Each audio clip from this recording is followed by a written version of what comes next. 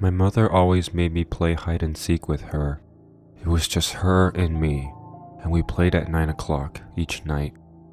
Each time, without failure, she told me to ignore her during the game. She told me that she would purposely try to trick me, but if you really want to trick somebody, why tell them anything? We played in the park. I thought this was normal. I knew other families didn't do this, but at the same time, I thought there was nothing wrong with us doing it. I liked the park after all. During the night, the air was so fresh, and it was silent, and the trees seemed larger than usual. She counted down from 100, giving me ample time to run away.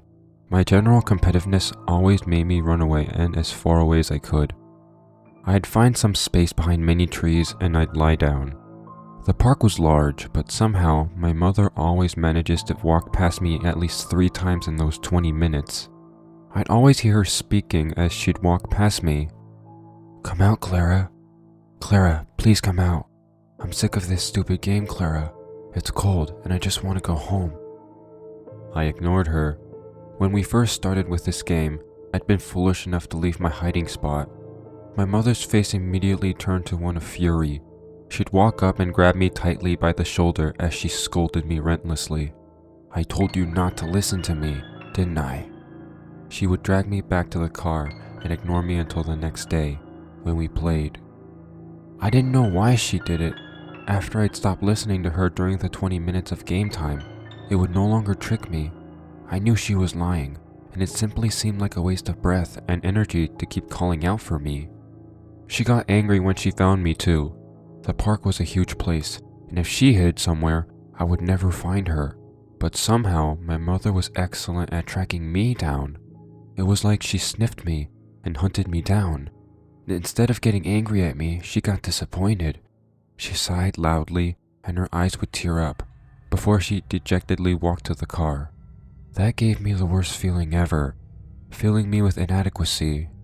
One time, she found me after only 2 minutes, and she broke down sobbing. I didn't get it. I felt a huge urge to win. I needed it, so I started to get creative.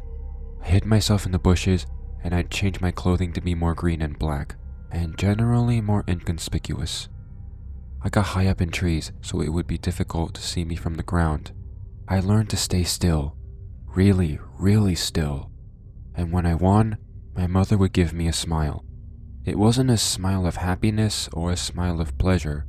It was more of a relieved smile, but I felt so proud when I saw it.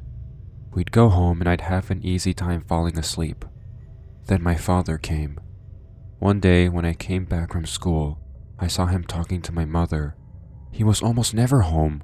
Actually, I think I'd see him twice in my entire life. And my mother never really spoke about him. He was really just a stranger to me. I noticed the expression on my mother's face immediately. It was pale, white, shaking, eyes wide. I couldn't hear what he was saying, so I got closer towards them. Of course, their conversation just stopped just as I did. Well, my father stopped speaking. The expression on my mother's face stayed the same. He turned to me and smiled in a wolfish way. It gave me a recoil of disgust. He sneered. I thought it was normal. That was since my classmates acted like that after all. When my father was off in the toilet, my mother got close to me and whispered, "Don't come out, not even after 20 minutes. My father got really energetic right before bedtime. I thought we'd skip the whole hide and seek thing. My mom looked really sick, looking at the clock. She said, "Let's take a trip to the park." I immediately noticed that she didn't mention hide and seek. "Why?" my father asked. "Why not? Get some fresh air maybe." "Fine," he said. "I like 'em active anyways." What the heck did he mean by that? Mom told me to change with a certain look, and I caught what she meant immediately, putting on hiding clothes. After doing it, we got in the car and we drove to the park. My mother was silent the entire time, but my father hummed.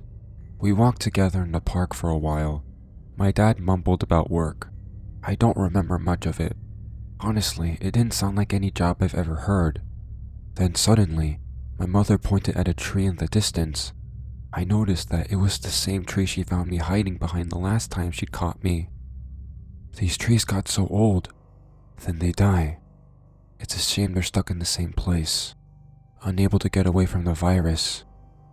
She was saying, get away and hide. Death is the way of all living things, my dad said. No need to fear it. I think I saw a squirrel in that tree, I said. I'm going to go check it out. I disappeared into the forest. I'd grown well acquainted too. I got behind a hill before changing directions and moving away. I made sure to try and move on the spot that wouldn't leave a mark. I needed to get far away before they noticed something was up. I thought about climbing a tree and hiding there, or about diving into a couple of bushes. Trees were only effective if people didn't check. Bushes worked great, but you'd have to be small, if no, view from your surroundings. I chose the bushes, jumping into them and trying to control my breath. After a couple of minutes, I heard my parents walking in the distance. "Clara," Dad shouted. "Where are you, sweetheart? If you're hurt, please say something and we'll help."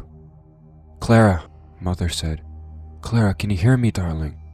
My heart beat faster. I knew for a fact that I shouldn't leave the bushes. That was the absolute worst thing that could happen. I kept my breath under check as they moved further and further away from me. Then they came back. "Please, Clara, your dad isn't dangerous. Please come out. Clara, please, I need to get going soon.